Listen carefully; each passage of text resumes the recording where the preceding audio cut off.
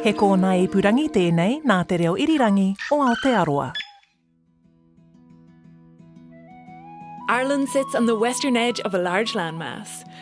Quite close with its neighbours, it shares its flora and fauna with other European countries. Aotearoa, New Zealand spun out on its own 80 million years ago. Lacking mammals, except for 2 small bats, birds there went off in their own direction. Which island ended up the richer, the weirder, the better off for birds? Today, we pit island against island, bird against bird, to determine the inaugural winner of the Great Ireland versus New Zealand Bird Off.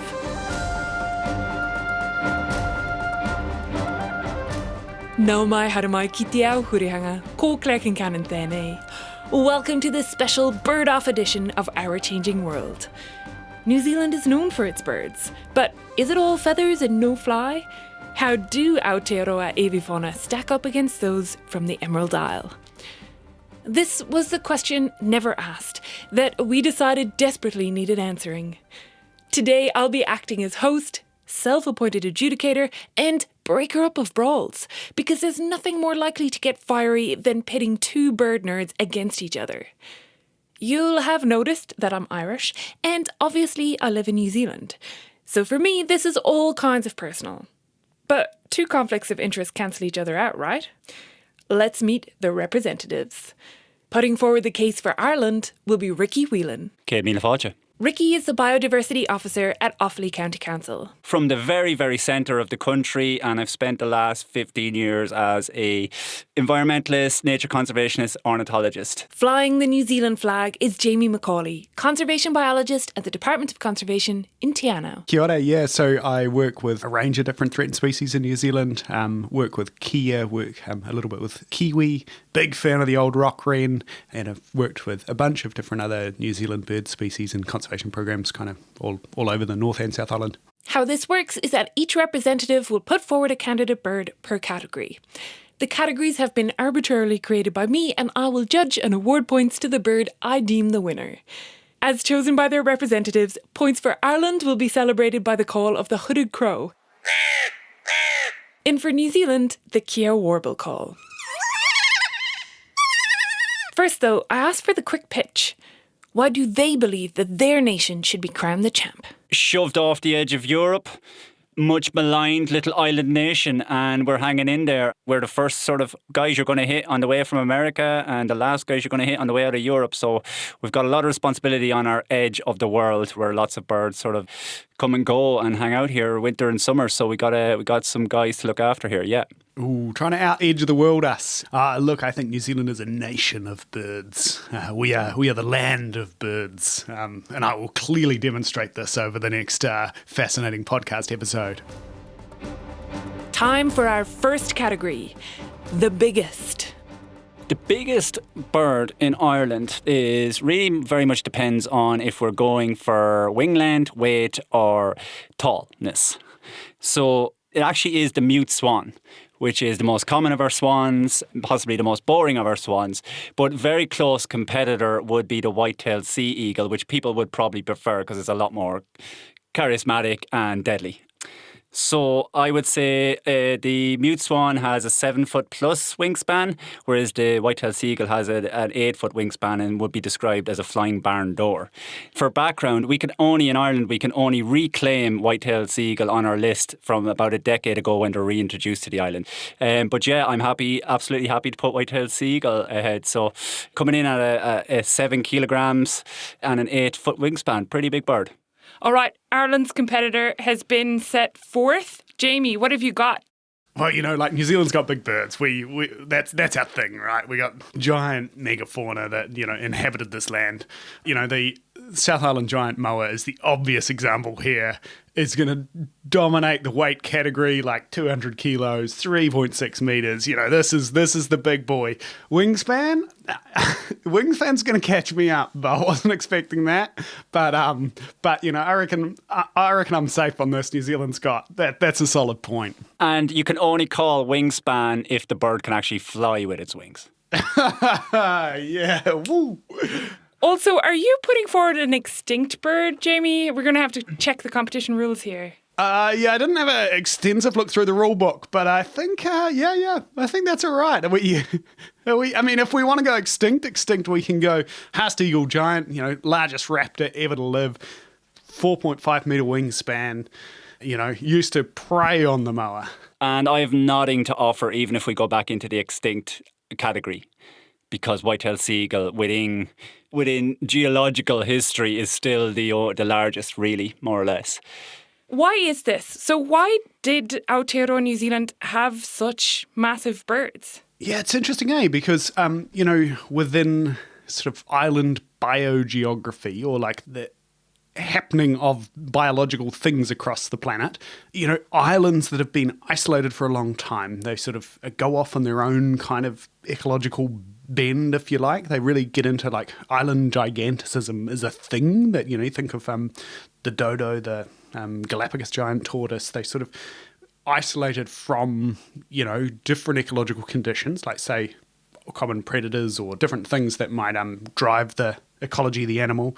They kind of just happen out on their own. And so New Zealand, as a isolated archipelago down here in the South Pacific, we sort of got these crazy big birds and Ireland not so much, I guess. And what you were saying there at the start, Ricky, about the white-tailed eagle actually returning to Ireland, I mean, that's something that can't happen for many of the birds in New Zealand, right, Jamie? Because they're endemic, they're only found here, they're not getting shared with anything else. Whereas in Ireland, because of the close geographical proximity to Europe, you actually share many of your birds. Yeah, we share nearly all of our birds elsewhere. So if they do go extinct, we've got other populations we can pull from. But from a genetic point of view, probably not the sort of best thing you can do, but in some cases, it's the only thing you can do.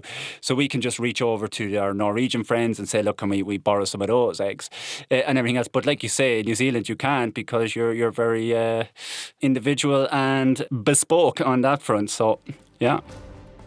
After our bird-off team of researchers combed through the extensive competition rulebook, it was determined that extinct birds are in fact not allowed, immediately putting New Zealand at a disadvantage. Oh, so many of my birds that I've written down are extinct. The point is awarded to the white-tailed sea eagle, giving Ireland the early lead. On to the next category, from the biggest to the smallest.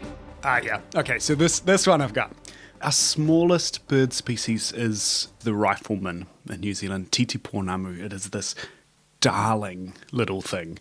It is just so tiny. I've actually held one of these in my hand when I was doing some research up in a place called the Balloon Plateau in Kahurangi National Park.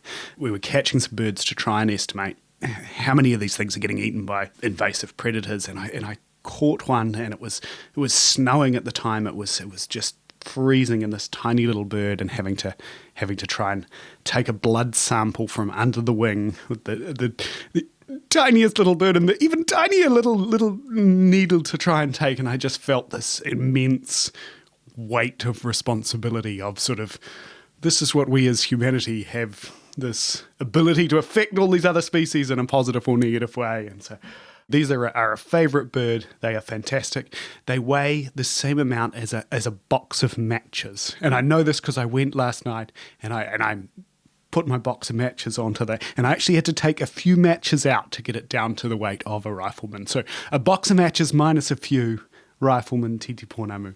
Fantastic little bird. Beat that! Yeah, I see a rifleman. So if you asked any Irish man on the street what the smallest bird in Ireland was, they would say wren. But in actual fact, the smallest one is a little guy, much cooler, very, very similar sort of love for it as Jamie has for the rifleman in the goldcrest, which ranges between 5 and 7 grams and just like tiny little wingspan, 15 sort of centimetres. So they're mini-me's, and they can spend their entire life in one conifer tree where they just survive in this little micro sort of ecological niche that they have in there, just feeding on tiny little insects and invertebrates, picking along the bark, and they make this really, really high-pitched ascending call. And once you're kind of 18 plus, the pitch is so high you can lose the ability to hear it sort of quite a bit. So I'd be leading walks birdsong walks, I'd be like pointing into some conifer trees going, oh, there's the Goldcrest, and I've lost half my audience. They're like, he's making it up.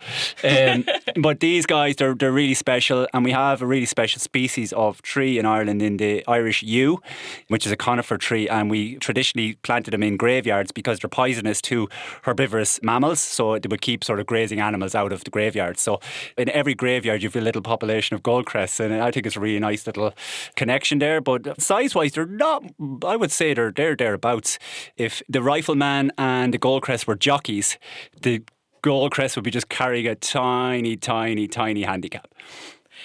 Do we know what the weight of a box of matches is? Ricky's given us some grams here. Did you get a gram amount for your box of matches minus a few matches? Yeah, I actually looked up in my field notebook to see when I had that rifleman, how much did it weigh? And it was 6.5 grams, that particular one, but they between about 5 and 8.5 other riflemen. So.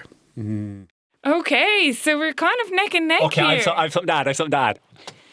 The Goldcrest, so called because he has a wicked yellow mohawk. Ooh, the rifleman. Two different yarns for the rifleman name. One is that they've got a green jacket, sort of, which is sort of similar to what they called the rifleman that had come across as part of the colonial force from the UK.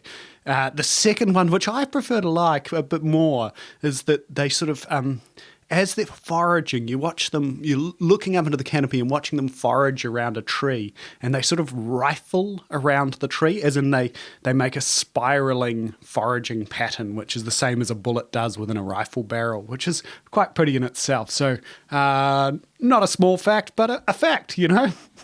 That's a point in that, easy. I just Googled what he looks like. He's essentially a Goldcrest without the crest. I would... Given that I romped home with the first category, I think we can give this one to the rifleman. That crest probably weighs a little bit too. Ricky with perhaps some overconfidence there, actually handing points to New Zealand. Will he rue this decision later? It's level pegging as we move into the third category, the smartest. We have a couple of contenders here, and kind of I'm putting forward a family rather than a species, but if I'm forced, I can pick a species from the family. So I'm going with the Corvidae, which is the crow family. Corvidae, there are hundreds in the sort of world, and that includes the sort of true crows, the jays, the magpies, and the nutcrackers. In Ireland, we've got 7 of those. So we'll do pretty well. And of those, the corvus, the true crows, there's only 40-something in the world, and we've got 5 of those. So we do well for crows. We can get into why. There are crows everywhere. There are. We do well for crows.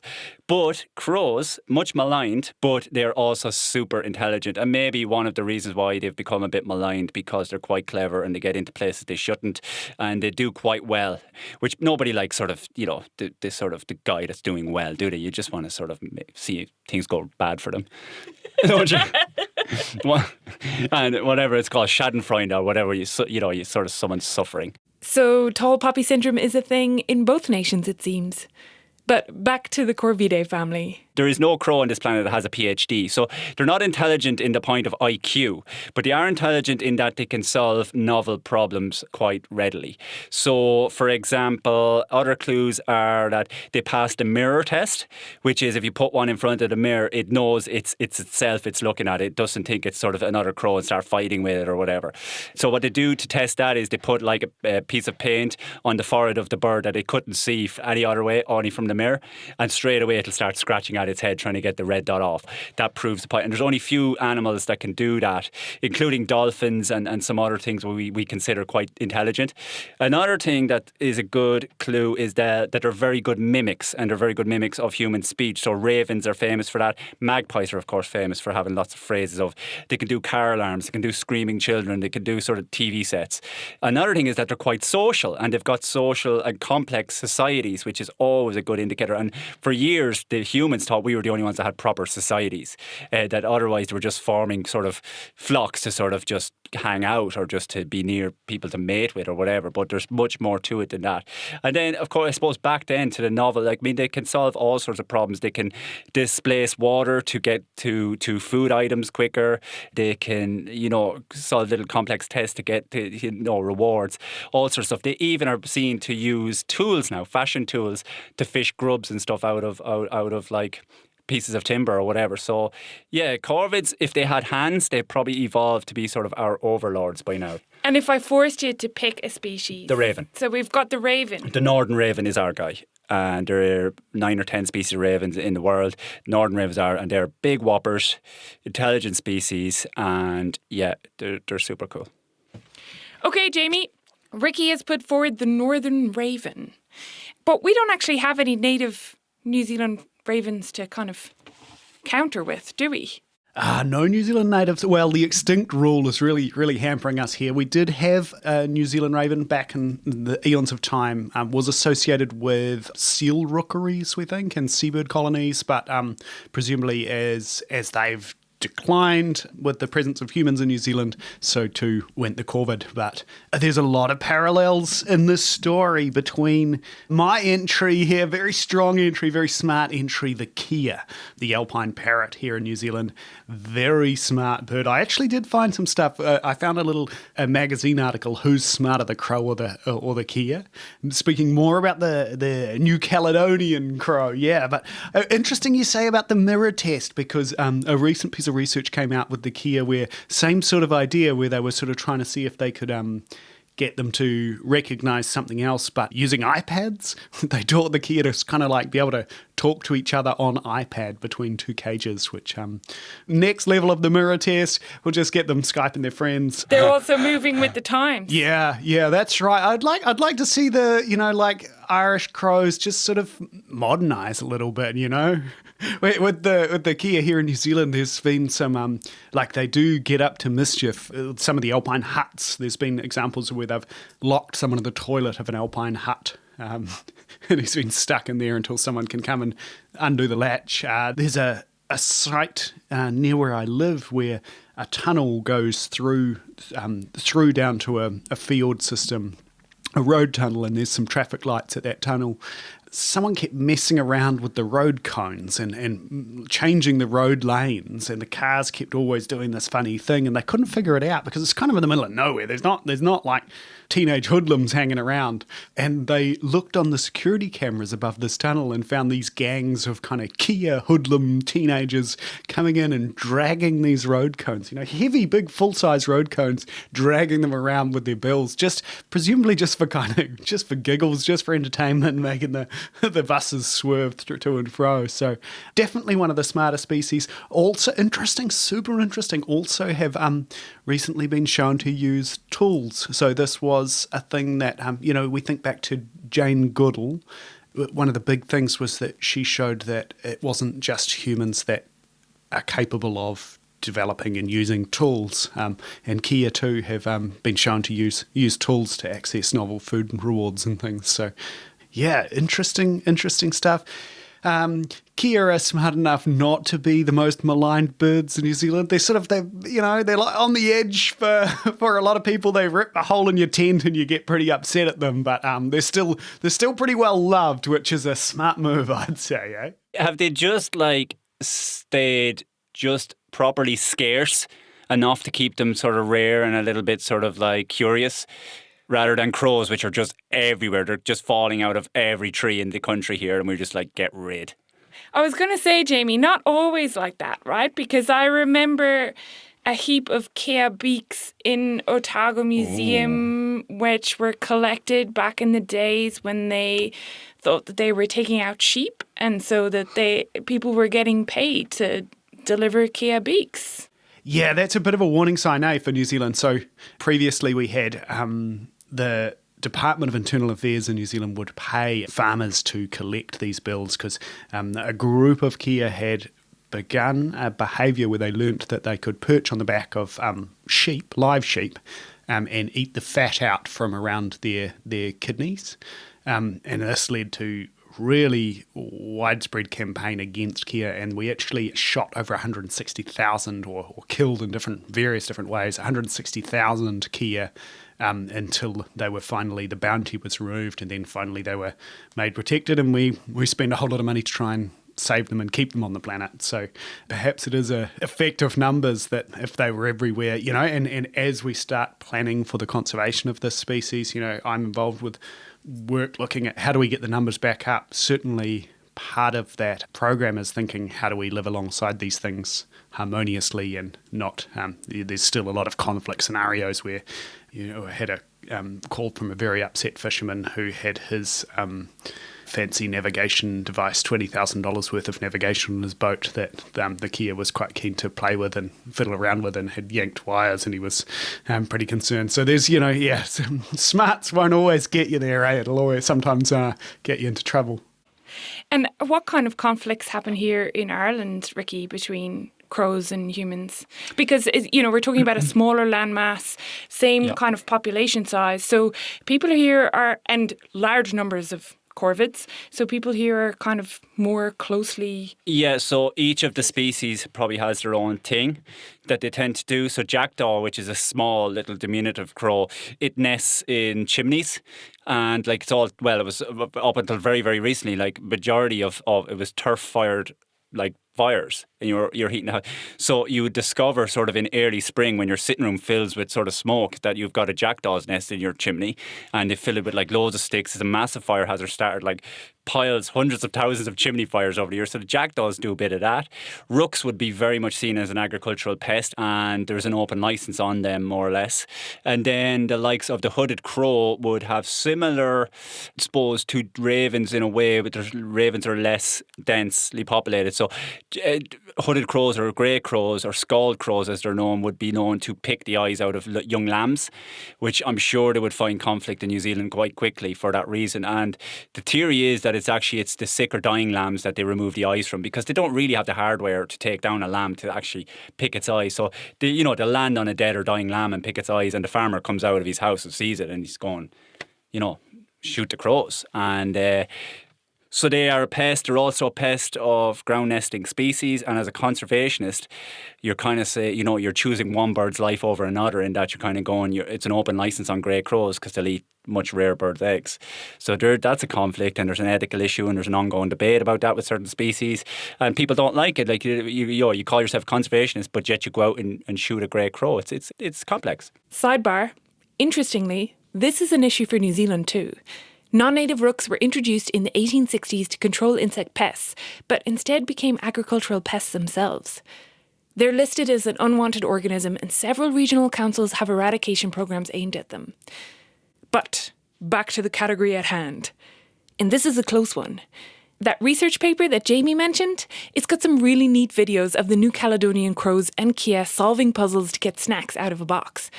It's well worth a look. We'll share the link on our webpage.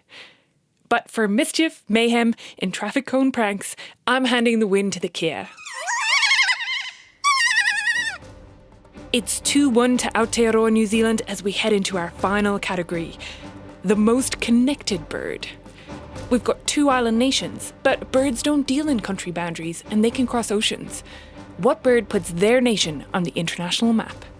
Now, I was tempted here to go for sort of the Barthold Godwits or something. Some of these, globally travelling birds, that flyways that span from Alaska to New Zealand and, travel the world. But here, I actually came up with something a bit different. The digital age is here, and some of our bird species have gone global. We've got 2 really good examples. One, in Otepoti, Dunedin, we've got the Royal Cam, which is a live webcam service on the nest of a southern royal albatross. This thing has sort of blown up and gone bonkers. At any point you can log in, day or night. They've got a thermal infrared thing where you can log in at night. You can zoom in on the camera. You can see what the chicks are doing. You can see, and they're getting 2.3 million views from 190 countries to log in and see what's happened. They've got even, it gets nerdier even, as a conservationist, often when we're monitoring nests and trying to understand how the bird's doing, one of the big things we talked about it before was weighing the birds and tracking the weight, just like a mum might track the baby and see that it's coming into safe, it's good, it's at the right weight and in the right percentile. We do the same things with birds. And on the Royal Cam website, you can actually go on and track the chick's weight and check, they're doing all right, or mum needs to feed it a little bit more. It's got 50,000 comments in there. Like, this thing's become like this, bigger than Reddit. Like, you can go in and have big bird off chats with your mates and anywhere around the world. But the one real standout in this category for me is Sirocco, the spokesbird. This is a kakapo, and he really shot to in kind of classic viral nature. Sirocco really shot to fame with a sex video. It was when he tried to mate with Mark Carradine's head, and Stephen Fry was sitting in the background laughing. That really shot him into the international light. Millions of people have watched that video. Jamie bringing out the big guns. The only mainland colony of albatrosses in the world at Tairoa Head in Dunedin, and the charismatic bright green nocturnal flightless parrot, the kakapo. Of course, Sirocco the spokesbird was hitting the socials hard recently as 4 kakapo were translocated from their predator-free island home into Sanctuary Mountain Maungatautari. The first time in 40 years the kakapo have been on the mainland. He's got hundreds of thousands of followers on Twitter and Facebook, but more than that, he's sort of become this avenue for discussing some of these conservation issues. So they've taken that kind of platform and actually used it to see, like, how do we tell these yarns and how do we sort of live our lives with nature alongside each other better, and how do we get people to understand what it is that birds need and humans need and da-da-da-da-da. So connected, heck yeah, Sirocco's the boy, I reckon. Oof. This is definitely the bird-off equivalent of throwing down the gauntlet. How can Ireland possibly respond? Well, I think you will very much align yourself here, Claire, in that every child in Ireland knows what a swallow is. Aha. Tapping into the judge's childhood nostalgia. Very clever. And the swallow has been used, I would say, worldwide, certainly across Europe, to teach the lesson of migration. Every year it heralds spring and summer, and there's so much folklore and all that stuff surrounding the swallow, and every year people celebrate their arrival to their sheds and their porches and their lean-tos, and they despair when they depart again because they know it heralds the winter and the oncoming sort of bad weather and all that sort of stuff. So from connecting us to a very far away place, it's 4,000 miles away to sort of southern Africa, it very much connects the two continents of Europe and Africa, and I think there's so much education and kudos and goodwill and everything that the swallow carries with it in Ireland. I think there's just everyone instantly recognises a swallow. Okay, it probably hasn't got the fanfare and the social media spike, but it has been doing that before it was cool, before social media was there. We had that. It was on your posters in the 70s and 80s on your nature table in school. It's the OG. It's the OG of migration and of connecting communities and continents and the world. Tell us about the migrations. What do they do and what time of the year do they do it? Yeah, so people will know migration is generally north, south, south, north. So in our part of Europe, the birds that hang out mostly in sort of southern Europe and Africa, they come in spring, they move northwards to avoid having to compete with all the other species down in Africa where there's a huge density of species around the equator, and also lots more predators and things with sharp teeth that are going to eat you. So you want to go somewhere where it's more safe, less competition and less predators. So they come up to Europe to do that. And then the guys that have hung out in Europe all winter will move up further north into places like Scandinavia and Siberian places. And then there's a full flip in the winter again where all the water birds mainly come down from Siberia and stuff, because in Ireland, even though we think it's miserable and cold and wet here in the winter, it's nothing compared to a Siberian winter. So they hang out here for the winter. So that's largely what's happening. So with the swallows, they go down south of the Sahara, hang around sort of Congo Basin, Namibia, wherever, and it's basically the endless summer. They fill up on all the insects that are there that follow the rains in Africa, literally. People have heard of the rains of Africa. And they fill up and they stay in body condition so they can make the 4,000 mile trip back north. And like people love seeing them. And the scary thing is that they're now starting to overwinter in very small numbers in Ireland because it's just not getting cold enough here. There's enough insects hanging around in the sunny southeast for them to do that, which is kind of terrifying. That is, a big change. And that, when you say about all of the folklore and the history and all of that from generations of, Ireland has been inhabited by people for a long time who will have seen swallows arrive from Africa at a certain time of year and leave at another certain time of year. Yeah. And to see that shift because of climate change, that is a dramatic sign. Yeah, but it goes back to pagan times, Brehon laws, all of that sort of stuff. You didn't have watches and the internet and reminders. You were depending on nature to give you your cue when you sow the corn, when you reap the corn, when all that stuff, when you cut the turf, when you bring the turf home, that sort of stuff. So really, really important from a cultural point of view and a Celtic culture point of view. The swallow and nature is hugely important to us. What can I say? I'm a sucker for a tale of a small bird with a big impact. Pitting the humble swallow against the mighty sirocco seems hopeless. But that silhouette of those long pointed wings and deeply forked tail is embedded in my brain as a signal of joy, the end of the dark cold winters and the coming of longer days. So I choose the OG. That leaves us with a tally of 2 points to New Zealand and 2 to Ireland. And with some wild and weird categories to come, it's all to play for. To find out who wins, you'll have to tune in next week for the second half of the Great Ireland versus New Zealand Bird Off.